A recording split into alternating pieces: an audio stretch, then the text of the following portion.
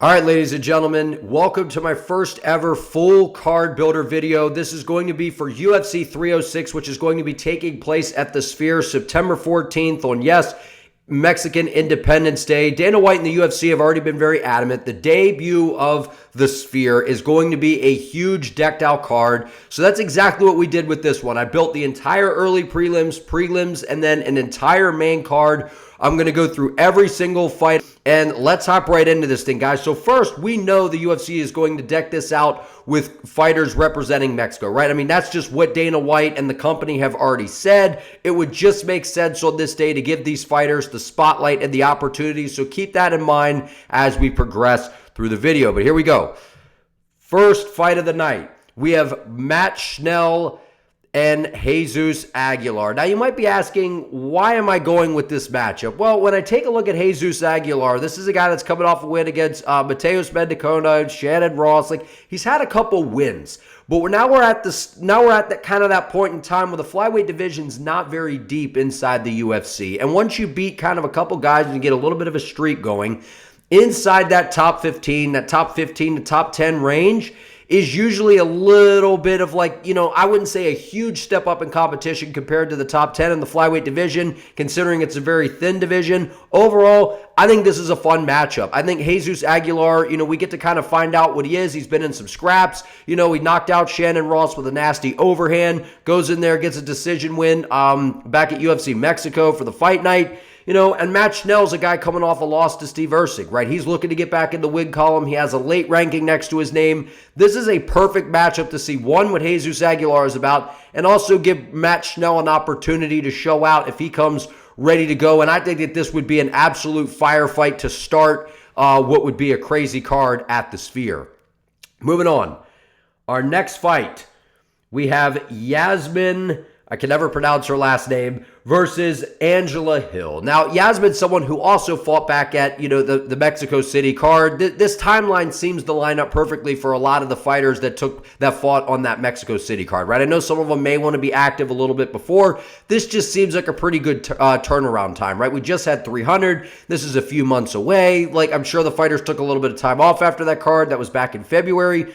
What a better opponent to find out kind of where she is than a game opponent like Angela Hill, who does a pretty good striking, somebody who has been around for a while, is a real veteran in the sport. I think this is a really good test for Yasmin. And also for what we've seen from Yasmin in her past couple fights, she is definitely someone coming off a win against Sam Hughes over unanimous, getting into the unanimous decision nod, loses to Denise Gomez back at UFC 290. Overall, I think this is a pretty good matchup to find out where Yasmin is, and you'll see throughout this card builder, guys. I am loading this thing up with fights where we're throwing people in there and finding what you're about. I don't think that these are too far off from being realistic. Okay, we move on. Manuel Torres versus Michael Johnson. Now, Manuel Torres is someone that a lot of people are very high on right away, right? He showed out against Chris Duncan, getting that rear naked choke win. We have seen that he is someone that the UFC is going to push, right? He is a fast starter. He's fun to watch. He's finishing fights, and that is exactly what Dana White and the UFC are looking for. A matchup with a veteran in Michael Johnson who has a name that people know. He's not a world beater, right? We know Michael Johnson has had an interesting career, right? There's been times where he goes in there, knocks out Poirier, comes out, loses to guys we've never heard of that are one and dones in the UFC. Michael Johnson's had a strange career. But what we do know is Michael Johnson is kind of a do or die fighter. He is a very fun guy to watch. He's going to go out on his shield. What a better way to test a young prospect in Manuel Torres on a big card against a veteran that's going to be willing to stand and trade, or Manuel Torres, I believe, would have the grappling advantage in this matchup. So that's why I lean towards this matchup being a pretty good one if you're the UFC strategically trying to build Manuel Torres. Okay, we move on. We have Daniel Zellhuber and Jared Flash Gordon. Now, I know Jared Gordon has an upcoming fight booked in June against Nasrat Haqparast. So obviously, if he can get a win there, or even if he doesn't, I think Jared Gordon is a really good opponent for Daniel Zellhuber, right? What we've seen from Zellhuber, particularly on that fight night card against Francisco Prada, getting the unanimous decision win. We saw a finish before that against Christos Yagos. Then we saw him beat Landon Venata. this guy, Daniel Zellhuber, you can only keep him down for so long at this point, right? I know that they're trying to build this guy up. He's a very well-rounded fighter. I like what we've seen from him in terms of the striking. He's a rangy guy. I think that it's time for Daniel Zellhuber to kind of get his first test, so to speak. And I know Jared Gordon's not a world beater, but we saw when they put him in there against Paddy Pimblett, Jared Gordon's a tough guy. He does have decent striking. He's still someone that Zellhuber could catch and put him out of there. And I don't think that Jared Gordon provides too much danger to where Gordon is a guy that people do kind of know, people do like. He's a real veteran. I think that this is also the perfect opportunity to build Daniel Zellhuber on a card just like this at the Sphere. That's why I put this one together. I'm interested to see if the UFC will kind of push some of these guys heading into the Sphere. But that's why I have Daniel Zellhuber and Jared Gordon. All right, moving on to our next fight. We have Adrian Yanez and Cody Garbrandt. Now, I do know that Adrian Yanez has an upcoming fight, so we'll have to see how that plays out. But at the end of the day, name a better boxing match inside the UFC bantamweight division right now. Adrian Yanez is a prospect that the UFC is definitely wanting to build, right? He's got good hands. Everyone talks about his boxing. He goes in there, gets a big step up in competition against Rob Font, and we've seen as good as the boxing is that Adrian Yanez has. He tends to have a little bit of trouble with the jab, which is where Rob Font was kind of able to pick him apart and kind of take him into some deep water there. But overall, Cody Garbrandt just was in there against Deiveson Figueiredo. He looked good in the first round. Figgy resorted to the grappling, was able to take the back and submit Cody Garbrandt. I think this is a fantastic matchup. I think that this is a firefight. I think we see a knockout here. I think this is a fan-friendly matchup. Obviously, with Adrian Yanez, this puts him in the spotlight. This gives him a great opportunity. I think this is a boxing match in 4-ounce gloves. I love this matchup, and I think we get a KO. This gives Cody Garbrandt the opportunity to try to build himself back up with a guy that's going to stand with him. And then on the flip side, you get Yanez, where if he's able to finish Cody Garbrandt, he adds that name to his resume, and they continue to build Adrian. All right, moving on. We have Yair Rodriguez versus Dan Ige. Now, I know that you might say, whoa. Why is Yair Rodriguez fighting that far back in the rankings? Because when we look at the UFC featherweight division right now, right, there is a lot of things going on. There's a lot of, we had Holloway go up to 55, fight for the BMF. We have a possible rematch with Volkanovski and Topuria. We have so many different things going on at featherweight. But considering where Yair Rodriguez is at in his career at this time, I think that it would serve him well to kind of fight somebody back in the rankings for, it's been a while since he's kind of done that, right? Fight somebody back in the rankings. He had that interim title opportunity, beat Josh Emmett, goes out there, loses to Volk, gets submitted by Brian Ortega. Dan Ige is a guy that's going to stand with Yair Rodriguez. And if he's shooting for takedowns, Yair is he is good submissions. So I don't think that this is something where Yair has to worry too much about the grappling. And I absolutely think that he can get the better of Dan Ige on the feet. And Yair Rodriguez is a fan-friendly fighter. This is a big opportunity. This is a big card. I think that this would be a great event to get Yair Rodriguez back on track, get him an opportunity to get a highlight reel type of knockout. Dan Ige is a tough customer, man. He's got good power in his hands. I think he would be willing to stand, with Yair. But at the end of the day, I think this is a great, fun matchup on the prelims that can get Yair back on the right track. Okay. We have Dominic Cruz versus Raul Rosas Jr. as the featured prelim. Now, I know you might raise your eyebrows and go, what? Whoa. What are you doing here, man? Raul Rosas Jr. in June is going to be taking on Ricky Turcios. And if Raul Rosas Jr. can get through Ricky, which Ricky's kind of a puzzle, right? We saw what he was able to do on The Ultimate Fighter. We've seen him inside the UFC thus far. Ricky Turcios is an awkward fighter. He's not a world beater, but he's definitely an awkward fighter. I believe that Raul Rosas has enough to be able to submit and take out Ricky Turcios. If he does that, we get a guy in the matchup with Dominic Cruz where I'm sure he's going to want to be on the Sphere card. Dominic Cruz has been away for a while. And I know that you might say, whoa, we don't want to put Raul in there with too big of a step up in competition this soon. But really, Dominic Cruz is on the older side. He doesn't have good power. He has good footwork. And yes, he's kind of scrambly whenever you try to take him down. but he doesn't have knockout power to really put anybody out. It's been a while since we've seen Dominic Cruz really put hands on somebody and be able to, get you out of there. And in terms of the submission threat, I don't really think it's there. And I honestly think Raul Rosas Jr. being the younger guy, Dom Cruz being a little older, he does have good fight IQ. I just think Raul Rosas Jr. would at least, this would be a 3-round fight, featured prelim, big spotlight, all eyes on Raul. I think he would just be able to take Dominic Cruz down, even whether he submits him or not, wins on points, control time. I think this is the great opportunity to give Raul a big step up in competition. That's a big name, a guy that's in the rankings, but also somebody that's not that dangerous to Raul Rosas Jr. If you're going to take a big step up for Raul, I think Dominic Cruz at some point is going to be the perfect matchup for Raul. Whether Cruz will take that fight, I don't know, but I think he would definitely want to be a part of UFC 306 at the Sphere. That's why I'm having this matchup booked. Okay, that is our prelims, early prelims and prelims. Now we move on to the main card. Ladies and gentlemen, first fight of the main card, we have Josh Emmett versus Diego Lopes. There's no mystery. Diego Lopes is somebody the UFC is going to try to get on this card, right? And one of the reasons, you could argue and say, well, he had a quick finish over Sadiq Youssef. Maybe he gets another fight before then. And that's quite possible. I don't believe that he's going to get that big of a jump up by the time we get to the Sphere to where maybe he could fight Bryce Mitchell in the meantime or somebody along those lines to get another win and kind of maybe get inside that top 10. I think a matchup between Diego Lopes and Josh Emmett has fireworks written all over it. And this is a huge spotlight, right? We know Diego Lopes is a fan favorite. He's kind of got that Charles Oliveira-like aura to him. He's just on the brink of superstardom. And I just think that this man, he has outstanding power in his hands. He's long, he's tall, he's rangy. He's got good power in his kicks. And what's so scary about a guy like Diego, you're so worried about the striking now to where you forget that the submissions are his best weapon, right? We saw him, come in on that short notice against Movsar Evloev and do what he did. Like, this man is a future contender, and, the time is now for Diego Lopes, and no better opponent, in my opinion, to put him in there than Josh Emmett, right? Josh Emmett is incredibly dangerous. We know about the power in that right hand. If he lands that thing, he can put anybody out.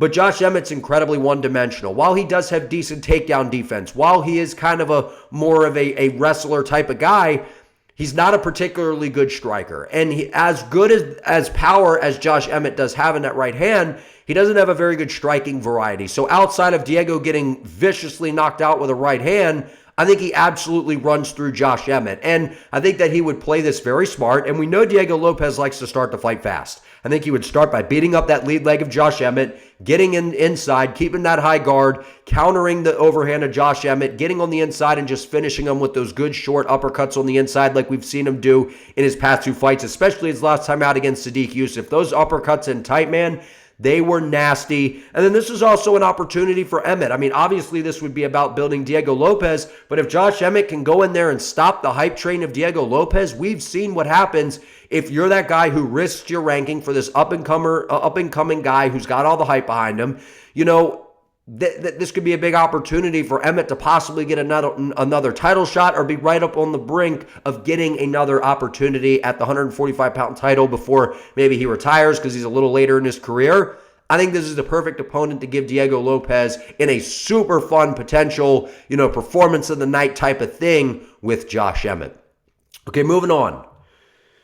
We have Brian T. City Ortega and Aljamain Sterling. This is a fight that everyone in the community seems to be talking about, and I am 100% on board with this matchup. What we saw, you can see Aljo in this picture here. This is the updated featherweight picture. This man looked like a lightweight when he walked out there and got in the cage with Calvin Kattar. I could not believe how big he looked, how well he filled out at 45.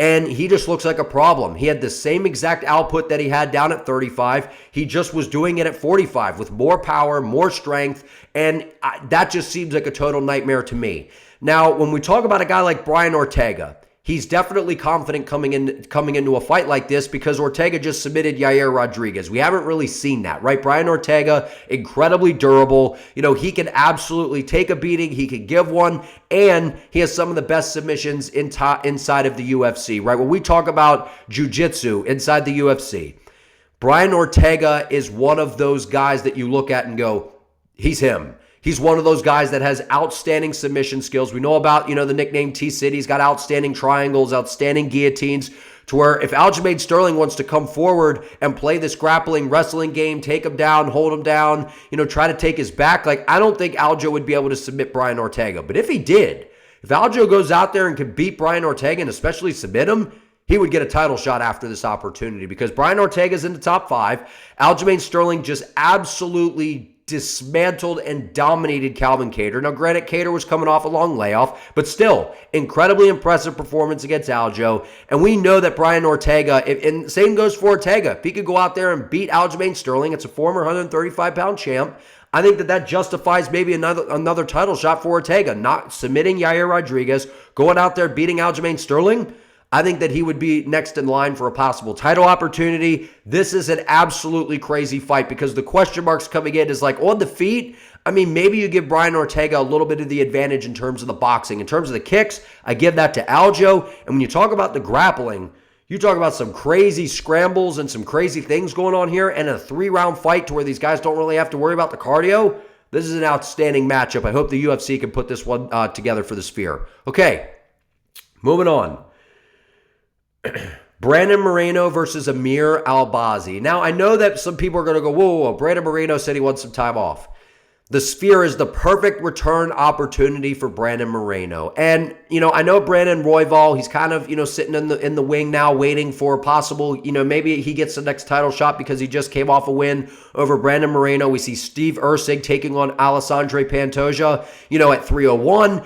If Steve Erceg can go in there and get the job done, maybe there's a potential rematch, but I don't know that they're going to do that. The UFC wants to see a little bit of new water flowing inside the flyweight division, because flyweight's always been kind of stale. And Amir Albazi is one of those guys where he was originally booked to have this opportunity. He was injured. Brandon Royval had to step in. Here we go with the Sphere. Brandon Moreno back. He would have the crowd on his side, the fans on his side, against an up-and-coming contender in Amir Albazi, who just looks unstoppable right now. And whoever wins this fight, you're right in the conversation for a title shot because of how light flyweight is. So to say that this isn't realistic, I think this is a realistic opportunity for both guys here. Just really comes down to, would Brandon Moreno want to return at this time? And would this be the right matchup? I think this is a super fun fight. I think this is a banger.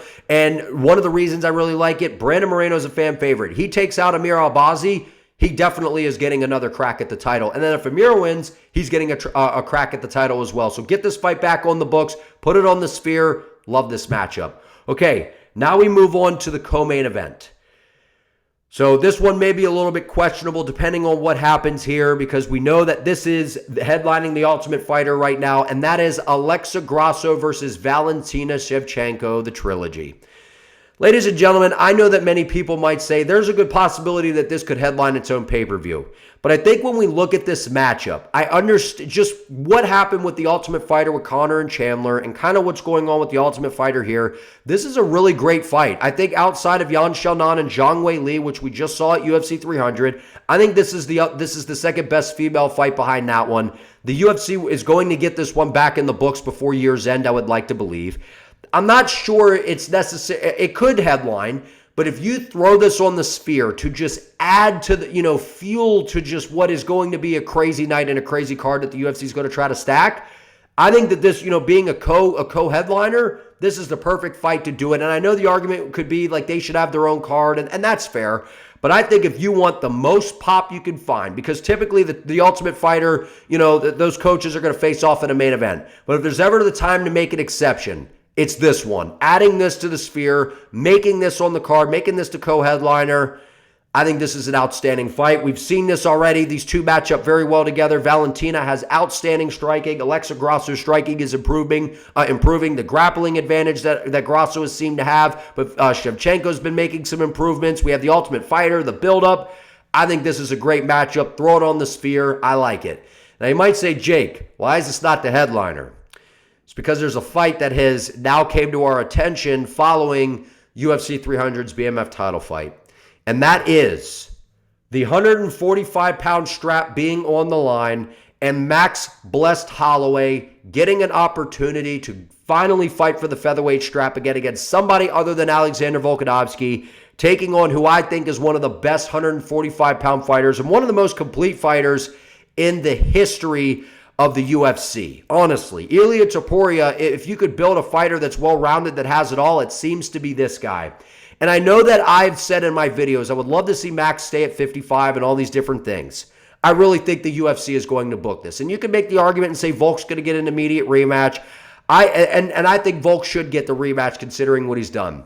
But I can see them saying, hey, man, let's have you wait till next year, recover from the 2 KOs you've had. We want you healthy. We want you this. We want you that. I can see the UFC making that pitch to allow this huge fight to happen. We've already seen these two guys kind of go back and forth, and there's no doubt about it. This is a huge fight. We've heard Max Holloway be talked about as one of the best boxers inside the UFC, and I agree with that. And then I've been on the record talking about Ilia Topuria has the best boxing fundamentals inside the UFC. So he's got that Canelo-like style. He's got that good traditional boxing stance. This is an absolute banger of a fight. This is a banger of a fight. I don't know. I know Ilia was saying they could put the BMF on the line. I don't know if they would do that in this particular matchup, but getting Max Holloway to get another crack at the 45-pound strap when it's not someone who's Volkanovski, I think this is a huge fight. It's a huge fight to headline the Sphere. Ilia Topuria has become an absolute star. Celebrities, soccer players, and everyone is pulling up to watch this man fight. He seems to have no weaknesses.